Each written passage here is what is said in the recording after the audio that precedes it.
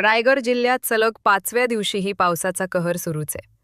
मुसळधार पावसामुळे आंबा, काळ आणि सावित्री या तिन्ही नद्यांनी धोक्याची पातळी ओलांडली असून महाड शहराला पुराच्या पाण्याने विळखा घातलाय. सावित्री नदीच्या वाढत्या पाण्यामुळे महाडमधील दस्तुरी नाका आणि मुख्य बाजारपेठेत पुराचे पाणी शिरले आहे. अनेक दुकाने पाण्याखाली गेल्याने व्यापाऱ्यांची मोठी धावपळ सुरू झाली आहे.